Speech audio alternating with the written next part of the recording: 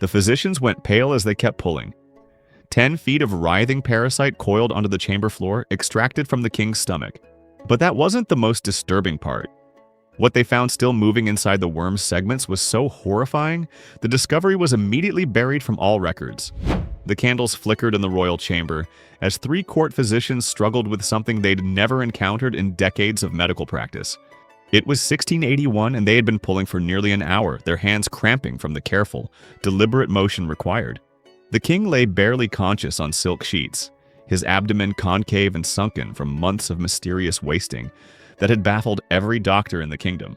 His breathing came in shallow gasps, each one weaker than the last, as sweat poured down his graying face.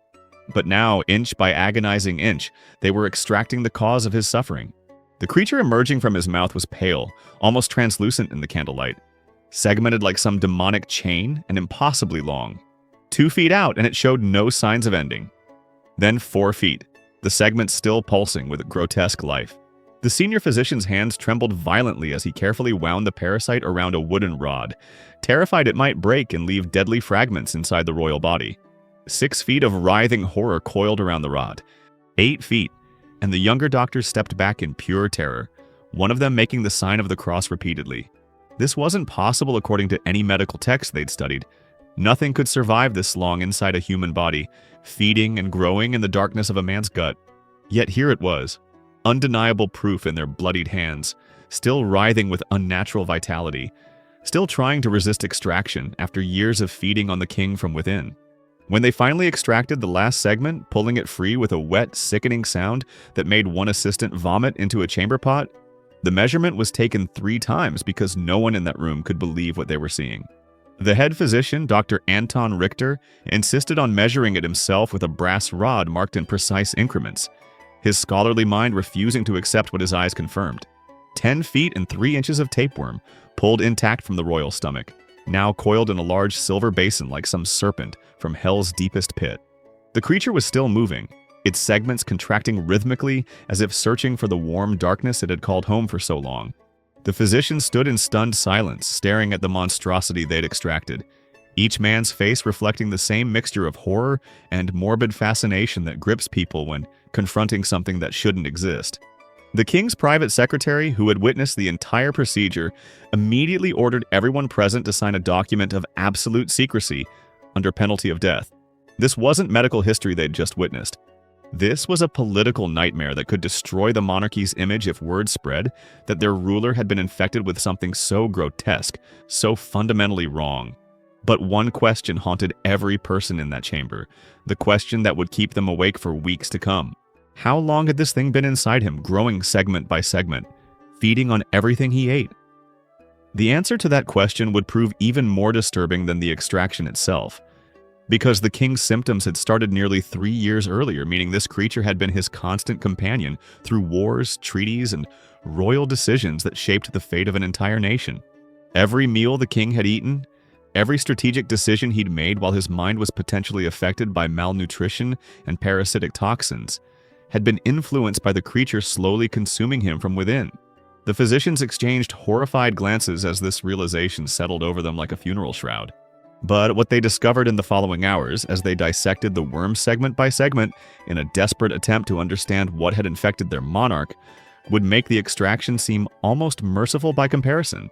Inside certain segments, they found something that made even these hardened medical professionals step back in revulsion. And that discovery would explain why this case was immediately buried in the deepest archives, forbidden from ever being discussed again. 18 months before that horrifying extraction, the king had been robust, commanding, and powerful. A man in his prime who could hunt for hours and feast like a warrior afterward. Then came the hunger that couldn't be satisfied, a gnawing emptiness that drove him to madness. He ate constantly, demanding feast after feast from his terrified kitchen staff, consuming portions meant for 4 men, yet his body consumed itself anyway. His cheeks hollowed dramatically over the course of just weeks, transforming his noble face into a skull wrapped in pale skin. His ribs became visible through his skin, like the bars of a cage containing his failing organs, each one pressing outward as he wasted away. Court attendants whispered in dark corners about curses and poison, spinning elaborate theories about which rival nation or jealous noble had done this to their king.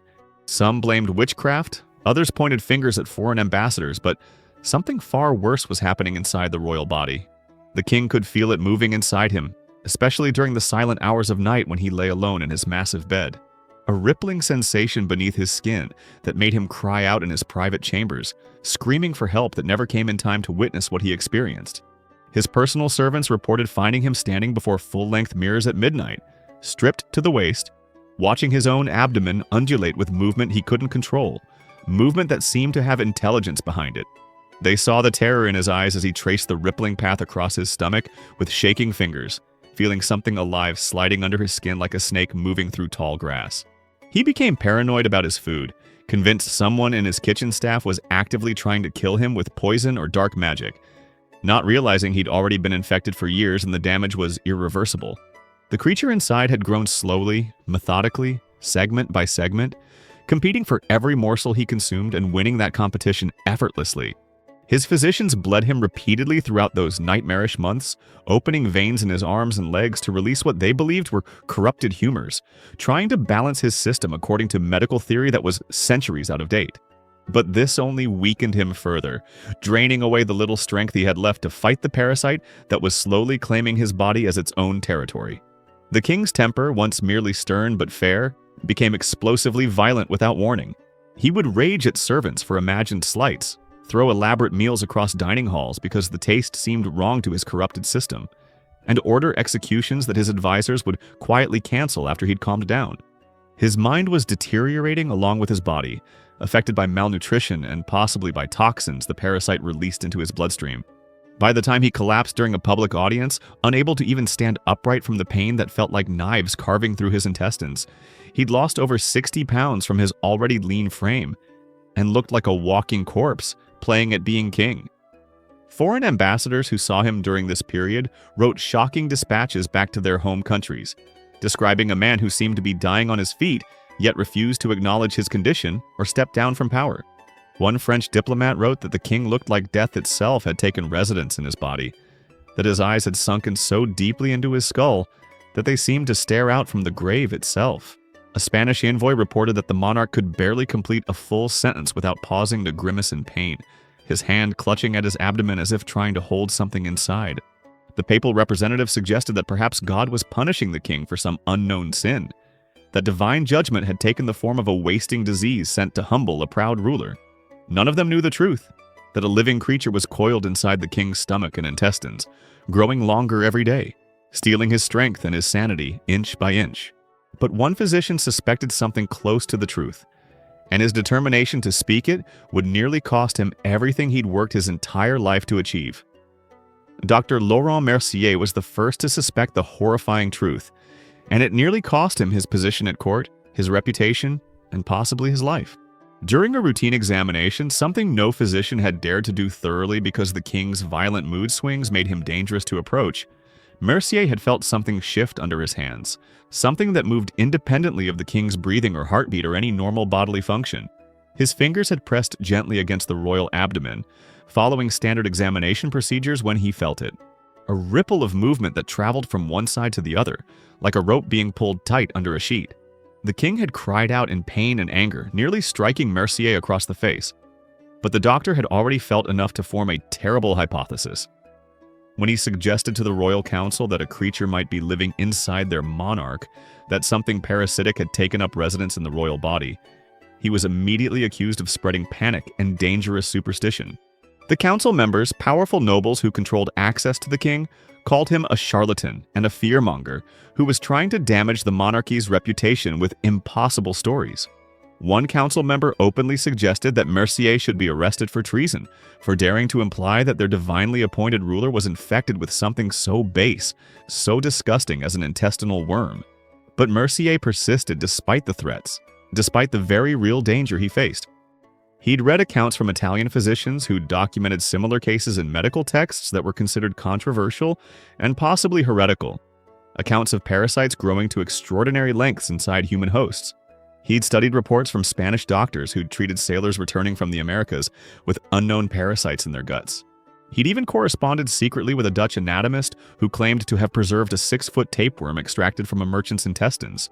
though that claim had been dismissed as exaggeration or fraud by most medical authorities. Now, examining the king's symptoms, the constant hunger combined with dramatic weight loss, the visible movement under the skin, the psychological deterioration, everything pointed to one horrifying conclusion. Something was eating the king from the inside, and it had been growing for years. Mercier prepared a detailed report, documenting every symptom, every observation, every piece of evidence that supported his theory. He included drawings showing where he believed the parasite was located, how it might be moving through the intestinal tract, and most importantly, how it might be extracted if they acted quickly. The report was delivered directly to the king's senior advisor, bypassing the hostile council members who wanted Mercier silenced. What happened next was unprecedented in the history of royal medicine and showed just how desperate the situation had become. The king himself, in a moment of lucidity between bouts of pain-induced delirium, read Mercier's report and made a decision that would either save his life or kill him in the most agonizing way imaginable. He ordered the extraction to proceed, overruling his council's protests and religious advisors who claimed that cutting into the royal body would violate divine law. The king knew he was dying, could feel death approaching with each passing day as the thing inside him grew stronger and he grew weaker. He'd rather die attempting to remove the creature than waste away knowing it was feeding on him, using his body as nothing more than a host for its disgusting life cycle.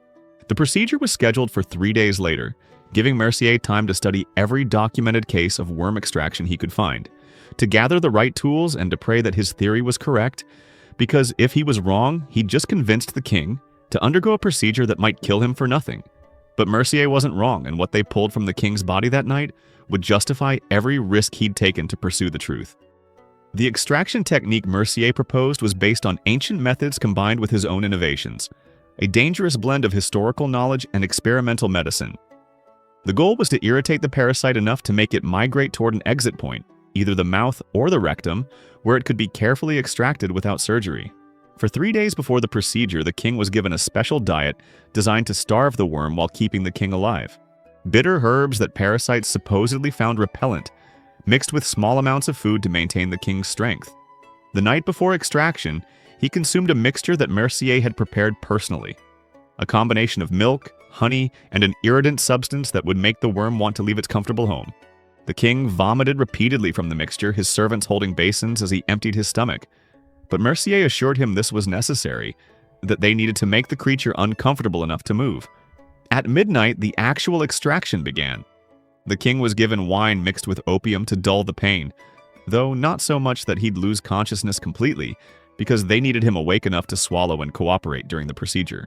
4 strong servants held him down, not as restraints but as support, ready to steady him if convulsions started. Mercier began by having the king swallow a long string soaked in something sweet, hoping the worm would bite onto it, but that method failed after 2 hours of trying. Then they tried the method that would ultimately work, though it was horrifying to watch and excruciating for the king to endure. Mercier induced vomiting repeatedly, timing it carefully, watching the king's throat for any sign of movement beyond normal muscular contractions. On the 7th induced vomit, something appeared that wasn't bile or food. A pale, flat ribbon of tissue emerged from the king's mouth, just an inch or two, before sliding back down his throat. The king's eyes went wide with horror and panic, but Mercier moved instantly. He grabbed the exposed segment with a cloth wrapped around his fingers for grip, holding tight as the king gagged and convulsed. The creature was trying to retreat back into the safety of the stomach, using its own muscular contractions to fight the extraction. But Mercier held firm, pulling gently but steadily, knowing that if he pulled too hard, the worm would break, and they'd be left with potentially deadly fragments inside the king. Another physician joined him, and together they pulled, inch by agonizing inch, as the king suffered through what he would later describe as the worst pain of his entire life, worse than any battle wound, worse than any torture he could imagine. The worm fought its extraction with surprising strength, considering it had no bones or obvious muscles, just segments that could contract and hold on to the intestinal walls. An hour passed with only 3 feet of the creature extracted. The physician's hands were cramping, their concentration absolute, knowing that one mistake could kill their patient instantly. The breaking point came when they'd extracted about 7 feet, and the worm seemed to reach a section where it had anchored itself more firmly to the intestinal lining. Pulling harder wasn't an option because that would tear it apart. Instead, Mercier made a decision that went against all his medical training, but which instinct told him was right. He had the king swallow more of the irritant mixture while they held the exposed portion of the worm, not letting it retreat even an inch. The king's body convulsed as the new mixture hit the worm's tail section still inside him, and they felt it suddenly release its grip and try to flee upward toward the exit. That was the moment they needed. Both physicians pulled in one smooth motion, and the final 3 feet of parasite came out in a rush, along with a quantity of blood and bile that suggested internal damage had occurred during extraction. The king collapsed backward, barely conscious but breathing, alive. The nightmare that had been inside him for years was finally out, coiled in a basin like proof that hell existed and sometimes sent its creatures to walk among men. Doctor. Mercier stared at the thing they had extracted, measuring it carefully, documenting everything because he knew this case would be studied for generations if the truth was ever allowed to be told. 10 feet and 3 inches of pure horror, extracted from a living king. But the story wasn't over because what they discovered when they examined the worm itself would add another layer of horror to an already nightmarish situation. The dissection of the parasite began immediately, while it was still moving, because Mercier knew that delay would mean decomposition and loss of crucial evidence about what had infected the king and how it had grown to such impossible size. The creature was laid out on a long wooden table in a room adjacent to the king's chambers, its segment still contracting weakly, even though it had been separated from its host. Mercier and 2 other physicians began the painstaking process of examining each section, cutting carefully through the body wall to expose the internal structure. What they found in the first few segments was exactly what medical texts predicted. A simple digestive system designed to absorb nutrients, reproductive organs capable of producing thousands of eggs. Nothing unusual for a tapeworm beyond its extraordinary length. But when they reached the middle sections, approximately 5 feet from the head, they discovered something that made them stop in shocked silence. Inside the worm's body cavity, they found partially digested pieces of tissue that weren't from the king's last meals. This wasn't food the worm had consumed. These were pieces of the king's own intestinal lining, sections that the parasite had actually eaten away from the inside of his gut. The implications were staggering and explained why the extraction had been so difficult and why there had been bleeding. The worm hadn't just been absorbing nutrients from digested food. It had been actively feeding on its host's body, slowly consuming the king from the inside at a cellular level. But the most disturbing discovery came from the segments near the tail, the last portion they'd extracted from the king's body. Inside these segments, Mercier found small, dark masses that initially puzzled him until he examined them under better light and realized what he was looking at. Tumor tissue. The worm's presence, its constant irritation of the intestinal lining, had caused abnormal growths to form inside the king's gut, early-stage cancers that were just beginning to develop. If the extraction had been delayed even another few months, the king would have faced a different enemy entirely, one that couldn't be pulled out with careful hands and steady nerves. The parasite had been slowly killing him in multiple ways simultaneously, starving him through nutrient competition, damaging his intestines through physical presence and feeding, and triggering cancerous changes through chronic inflammation. It was a perfect storm of medical horror, and the king had survived it by the thinnest possible margin. Mercier carefully preserved sections of the worm in alcohol, documenting each finding in detailed notes that he hoped would advance medical understanding of parasitic infections. He wrote descriptions of the segments, measured the length multiple times to ensure accuracy, and even made detailed drawings showing the internal structures they'd found. But even as he worked, he knew that most of this information would never be published, never be shared with the medical community, because the political implications were too dangerous. The Royal Council met in emergency session the morning after the extraction, and their primary concern wasn't the king's health or the advancement of medical science. They wanted to know how to control the narrative, how to prevent this story from spreading beyond the palace walls and damaging the monarchy's reputation across Europe. A king infected with a 10-foot parasite wasn't just a medical curiosity. It was a political disaster that foreign powers would use as propaganda, claiming that God had cursed the monarch, that divine punishment had taken physical form inside his body. Religious authorities would debate whether the worm was supernatural or natural, whether its presence indicated demonic possession or merely disease. Protestant nations would use it as evidence that Catholic kings were literally infected with corruption. The potential for damage was unlimited, and the council moved swiftly to suppress every detail. All servants who'd witnessed the extraction were paid generous sums and sent to distant estates where they could be monitored. The physicians involved were required to sign documents swearing absolute secrecy under penalty of death. their silence purchased with gold and guaranteed with threats. The worm itself, that 10-foot monstrosity that Mercier had hoped to preserve for medical study, was destroyed within a week, burned to ash in a furnace so that no physical evidence could ever surface to confirm the stories that were already beginning to circulate in whispered rumors. The investigation into how the king had become infected revealed a trail that led back nearly 4 years to a diplomatic mission to Scandinavia, where the king had attended a feast celebrating a treaty between nations. The meal had featured local delicacies, including raw and undercooked fish prepared in the traditional style of the region, dishes that the king had eaten enthusiastically to show respect for his hosts. Fish tapeworm, Diphyllobothrium latum, is endemic to freshwater fish in Scandinavian lakes and rivers, and can grow to extraordinary lengths inside a human host, sometimes reaching 30 feet or more if left untreated. The king had almost certainly consumed infected fish during that diplomatic feast, ingesting microscopic larvae that would grow into the monster eventually extracted from his body. The irony was crushing. Royal food, supposed to be the finest and safest in the world, prepared by the best chefs available, had contained the seeds of his destruction, because no one in that era understood how parasites transmitted through undercooked meat or fish. There was no concept of proper cooking temperatures to kill larvae, no understanding of how these creatures reproduced and infected new hosts. The king's infection had been pure bad luck combined with cultural dining practices that prioritized traditional preparation over safety that wouldn't be understood for another 2 centuries. The discovery of the infection source triggered a thorough investigation of everyone who'd attended that same feast, and what they found was even more disturbing than anticipated. At least 12 other nobles and diplomats who'd eaten the same dishes showed signs of tapeworm infection, though none as severe as the king's case had been. Several reported unexplained weight loss, constant hunger, and abdominal discomfort, symptoms they'd been ignoring or treating as minor ailments.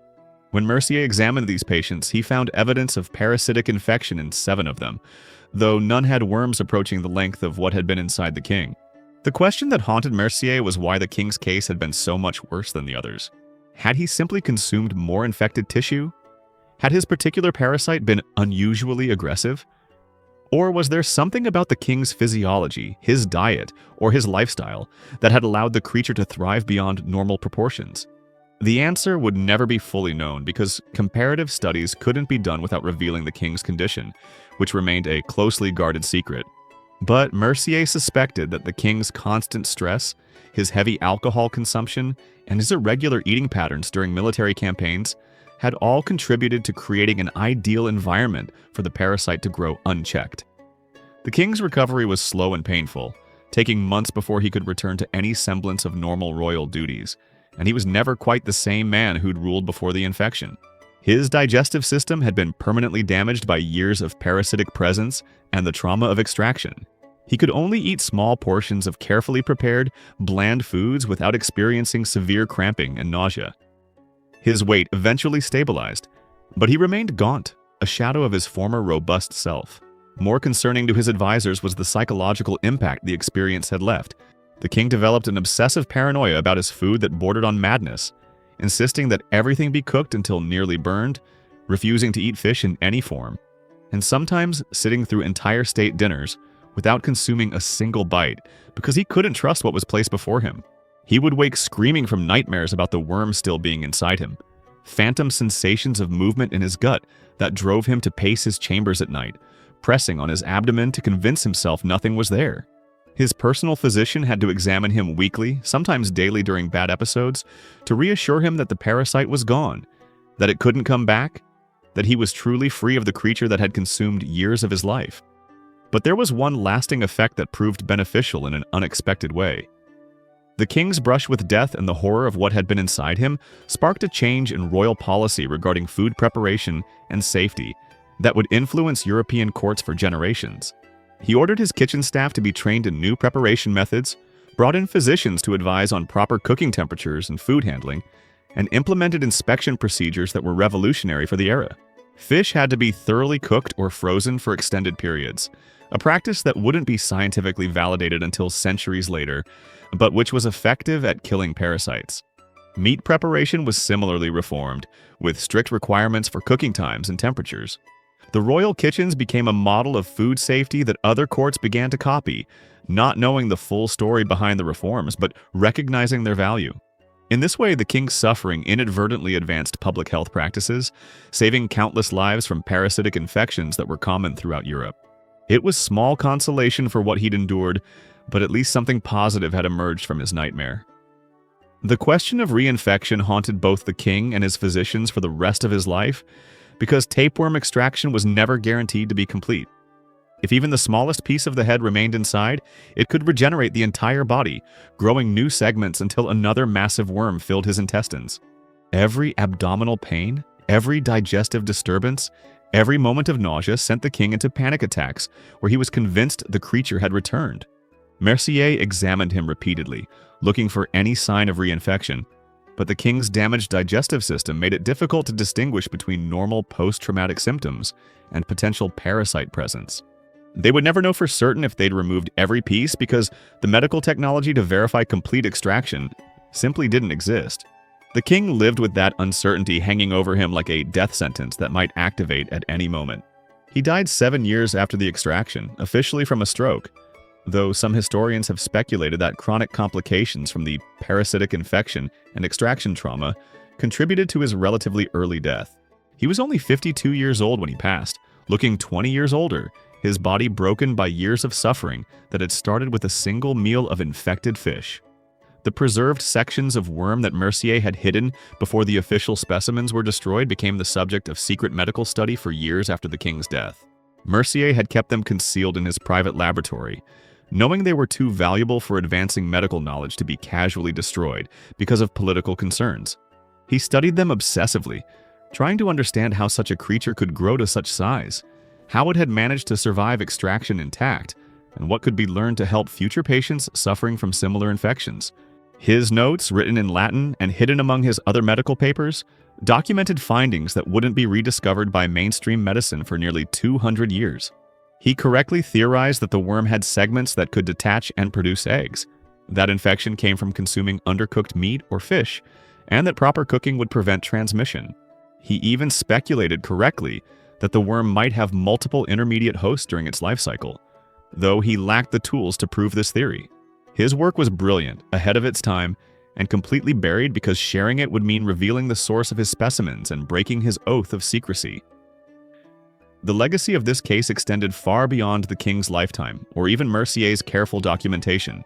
In the following decades, other European courts experienced similar incidents, whispered stories of nobles and royals suffering from mysterious wasting diseases that turned out to be massive parasitic infections. A German prince died with an estimated 15-foot tapeworm inside him, discovered only during autopsy. A Spanish duchess survived extraction of an 8-foot parasite that had made her believe she was pregnant for months due to abdominal swelling. A French cardinal secretly underwent a procedure to remove multiple smaller worms from his intestines. Each case was handled with the same obsessive secrecy, the same determination to prevent public knowledge of something so degrading, so fundamentally horrifying. But among physicians, knowledge began to spread. Doctors shared information quietly, comparing cases, developing better extraction techniques, learning from each success and failure. An informal network of physicians who dealt with these cases formed across Europe, meeting at medical conferences to discuss findings they could never publish openly. They developed protocols for diagnosis based on symptoms, refined extraction techniques to minimize risk, and began understanding the life cycle and transmission routes of these parasites.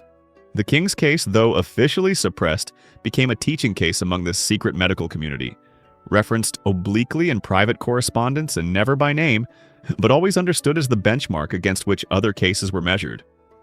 Modern medicine has since identified dozens of parasitic species capable of infecting humans, some growing to lengths that would have seemed impossible to physicians of earlier eras. The fish tapeworm that likely infected the king can reach lengths of 30 feet or more, making the 10-foot specimen extracted from him actually modest by comparison. The beef tapeworm can grow to 25 feet. The pork tapeworm, though generally smaller, is more dangerous because its larvae can migrate to the brain and cause severe neurological damage. Billions of people worldwide still carry parasitic infections of various types, most far less dramatic than the king's case, but still causing malnutrition, illness, and death in regions with poor sanitation and limited medical care. The treatments available today are remarkably simple compared to the traumatic extraction the king endured. Modern anti-parasitic medications can kill tapeworms without any need for physical removal. allowing the dead parasite to be expelled naturally through normal digestive processes. The drugs are cheap, effective, and widely available, though distribution remains a challenge in areas that need them most. The contrast between the king's ordeal and the simplicity of modern treatment highlights how far medicine has advanced. How many lives have been saved by understanding the diseases that once killed without explanation or hope? The final irony of this entire horrifying story is that the king's suffering, his willingness to risk a dangerous extraction procedure, and even the suppression of the truth about his condition all contributed to medical progress in ways that saved countless future lives. The lessons learned from his case, passed quietly among physicians, refined extraction techniques that would be used successfully for decades before pharmaceutical treatments became available. The food safety reforms he implemented in the royal kitchens established principles that would eventually become standard practice throughout Europe. And Dr. Mercier's hidden research, discovered after his death and gradually incorporated into medical knowledge without attribution, advanced understanding of parasitology by decades. The king never knew that his nightmare would become a turning point in medical history, that the creature pulled from his stomach would teach humanity crucial lessons about parasites, infection, and treatment. He lived and died believing his condition was a shameful secret to be buried forever. But the truth has a way of emerging eventually, even when powerful forces try to suppress it. And now, centuries later, we can look back at his story not as a source of shame, but as a reminder of how far we've come and how much suffering early patients endured to advance the medical knowledge we take for granted today. If you made it to the end of this video, you now know something that was deliberately hidden from history for centuries. A truth that powerful people wanted buried forever. Subscribe to this channel because we're committed to uncovering these suppressed historical accounts that textbooks ignore and bringing you medical mysteries that challenge everything you thought you knew about history. Drop a comment below telling us what other hidden royal medical cases you want us to investigate next, because your suggestions directly influence our research and help us expose stories that deserve to be told. And hit that like button to push this video to more people who are ready to learn the real history behind the sanitized versions we've been fed. Because every like helps break through algorithms that often suppress controversial historical content. The more engagement this video gets, the more these buried truths reach people who are hungry for real knowledge instead of comfortable lies.